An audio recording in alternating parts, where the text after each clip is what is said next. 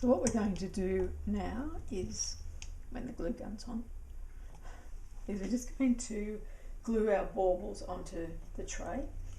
So the pine cone I think looks nicest in that corner, just to give us a bit more space to have some of the baubles and leave some for, perhaps you want to actually put some food or some other decoration on here.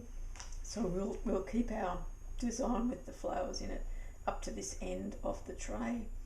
As soon as the glue gun's warmed up, it's just simply a matter of trial and error and making sure that once you have the baubles and the other items glued into place, that you leave it for some time to completely dry.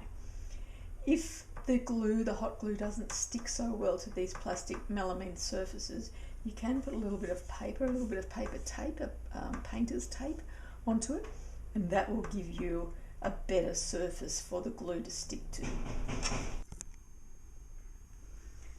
So what we're ready to do now is to start gluing some of the baubles onto our little plastic tray. If you have difficulty with the hot glue sticking to some of these plastic surfaces, you can put a little bit of painter's masking tape onto the tray. It'll stick to the tray, and then the baubles and the hot glue will stick to the paper backed tape. So first of all, we're going to put our pine cone into the corner of the tray. If we put it in, you can put it in the centre. It depends on how you want your table to look. I actually like it off to one side, because it means I can have a few baubles around here, and then if I need a little bit of extra area on the plate to put perhaps some wrapped chocolates, something like that, then it brightens it all up and it makes it a nice little plate that you can put anywhere. It doesn't have to be in the centre of the table where you're sitting down to eat. It can be on one of the side tables with some of the little treats that we all enjoy at Christmas time. So we'll glue on the baubles and the cone first of all. As with the other examples that I've shown you, I've taken the hanging caps off some of these so that I can put water into these baubles, and they'll then become the water source for the flowers. We're going to use probably 3 or 4 stems. Here is our bunch of supermarket flowers. We've got some, it was as close to red as I could get, but it's got the green centre, so it looks a bit Christmassy in that sense, and it doesn't clash too much with the red of the tray. Well, let's first of all glue these things on. Now you can do either way. You can put your glue on the tray, or you can put it onto the base. I tend to do both, just to be sure. And I'm using a bit of glitter glue so that you can actually see what I'm doing with it. What I do suggest is that when you're making these designs, if you glue your material on to your base area and then leave it for a couple of hours, just so it's got a good amount of time to dry before you start playing around and putting the plant material in. And then it's just a matter of deciding where you want the baubles. I don't suggest that you leave them all upright like that. It looks a bit artificial. I think if you have them at all different angles, it makes it a little bit more interesting. So with these, I'm actually going to put the glue on the bauble itself. That's just my method. And just press it down for a couple of minutes to give it a start in holding. Alternate your colours. Now what I'm going to do here is I want to have one there on that side that has got the hole in it ready, this one, so that we can have some plant material on this side of the cone, just for a nice effect.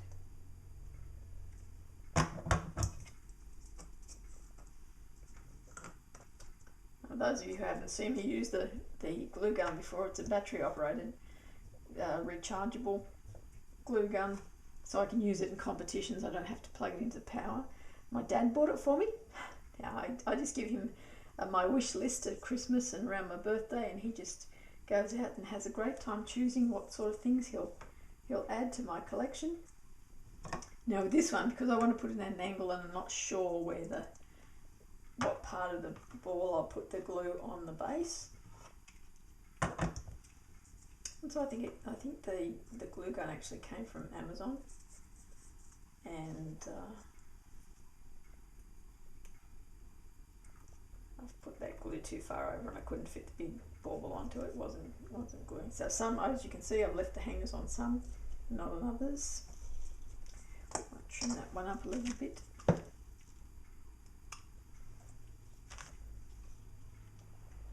Just makes it a little bit more natural looking. You want it to look like you've just thrown it together at the last minute for this great party that you're having. Now this one, I'll put the glue on the bottom there. And I'll continue gluing, and we'll probably speed up the video so that you don't have to watch the painstaking process of me deciding where to put placements. And it's basically mixing and matching, remembering that you've got a few that have going to have water in them for the placement of the flowers, where you want those to be. Once again, high and low. The placements we won't have all the flowers at the same height. Mix them around a little bit. Use a couple of sizes in the baubles so that you get a little bit of a falling effect of the different baubles that you're going to use. I shall continue on, and you can see the sped up version shortly.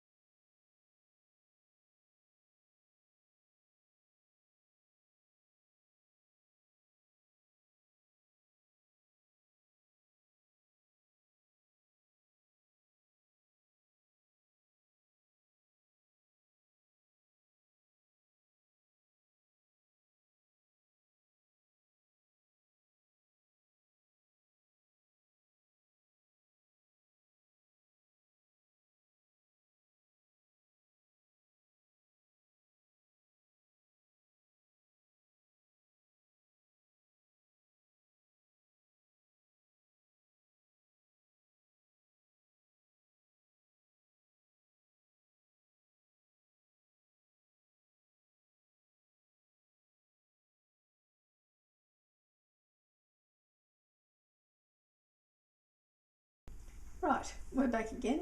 We've got 3 baubles with water in them, so we're just going to use 3 flowers out of our bunch, which leaves us stacks more to use in other designs.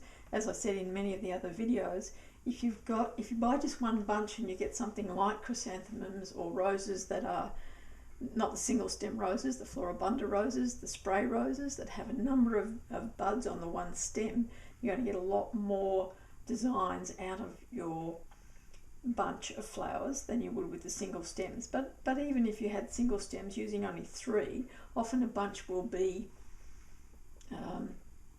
5, 7, 8 in. So 3 is always going to mean that you have more than one table center or display piece out of the bunch of flowers.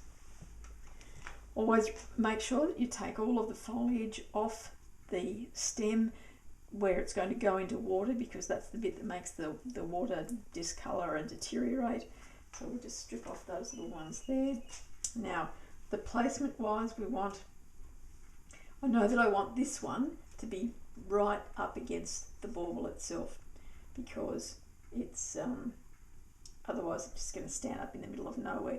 And I do actually have one that's missing a couple of the petals, and that's again to show you that they don't have to be perfect. You can use material that isn't perfect, because if I put that one up against there, you're going to not notice the fact that there's a gap there. So that's the one we'll use for that placement. Just have enough to get it into the water, but still have it so that it's right up against the bauble. And you see, you can't tell that that's got anything missing. It looks like it's bursting out a little bit. We might have this one just up a little bit in terms of height. Remember, you can always cut them down, so cut them high and see what they look like, and then cut them down. I'm quite happy with that one. And then this one is probably, what we don't want to have is the same height there, so can't have it there. If I have it down low, it's probably going to work better than up high. It's the line of the stem that ruins the continuity of what you're looking at. So if we have that one also fairly close down into the rim of the bauble, we'll see how that looks. Now they're almost at the same height. Might cut this one down just a little bit further.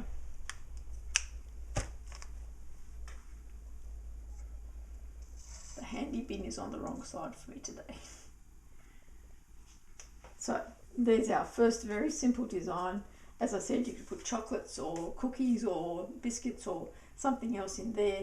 You could have another smaller bauble or a gold star or something on your tree, or a little bit of tinsel around the tree. You can dress it up really easily, but just having those 3 stems of flowers just gives it a little bit more of a lively feel than we might otherwise have.